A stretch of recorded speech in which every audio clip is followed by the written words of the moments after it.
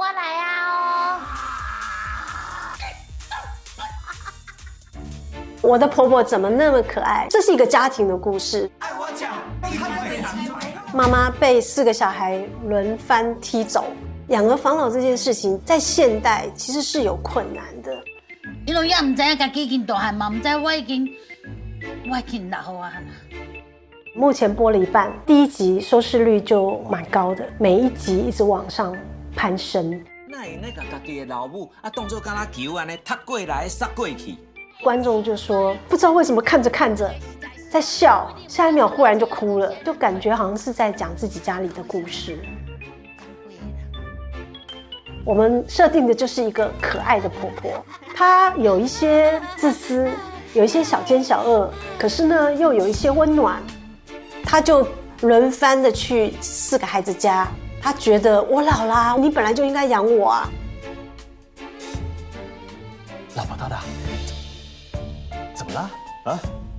到了长子家，发现家里管事是长媳，他就决定自己要委曲求全，抢着做这个佣人的事，然后在这个家里求生存。媳妇也不领情。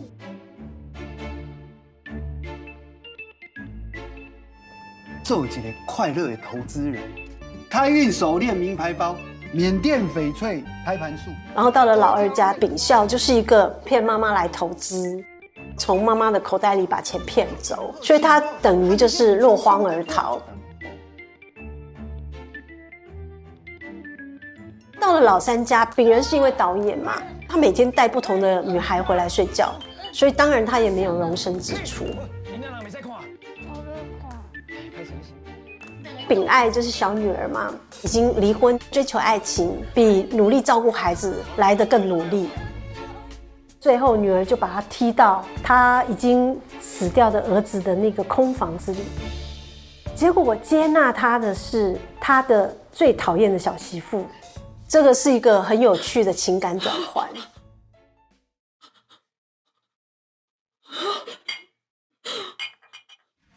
他想试探我是不是有新对象。我懂了，没气谈夜，但我们家修挂瓦固。我该老实回答，还是要挑战他一下？这部戏有趣的就是婆媳都丧偶，婆媳要正面对垒。婆婆很明显的有一个等她40年的人，但是她不敢接受，但媳妇就觉得这个人很好啊，你为什么不接受？反而是婆婆觉得你年轻，你还要守寡。婆媳对第二春的看法，这是一个很微妙的心态。虽然是一出喜剧，但是他谈了很多议题，有分家，有啃老，夫妻相处之道，其实蛮严肃的。我觉得这一代的孩子在精神上非常的独立，但在经济上他们很难独立。当知道妈妈身边有钱，有一笔养老金的时候，他们其实会想跟妈妈下手。我想应该很多人会很有共感的。我自己生长在一个大家庭，我有9个兄弟姐妹，所以我可以看到8个不同状态的婆媳关系。我同时也是女儿，孩子的妈，别人的妻子，然后也是媳妇。这个世代的女性是很独立，也有一点自我。像我的朋友就跟我分享说，他的孩子说，妈妈，我觉得我以后呢就有一个稳定的工作，然后养一只狗，过着生活，我觉得这样就好了，就很棒了。然后妈妈心里就想说，那我呢，我在哪里？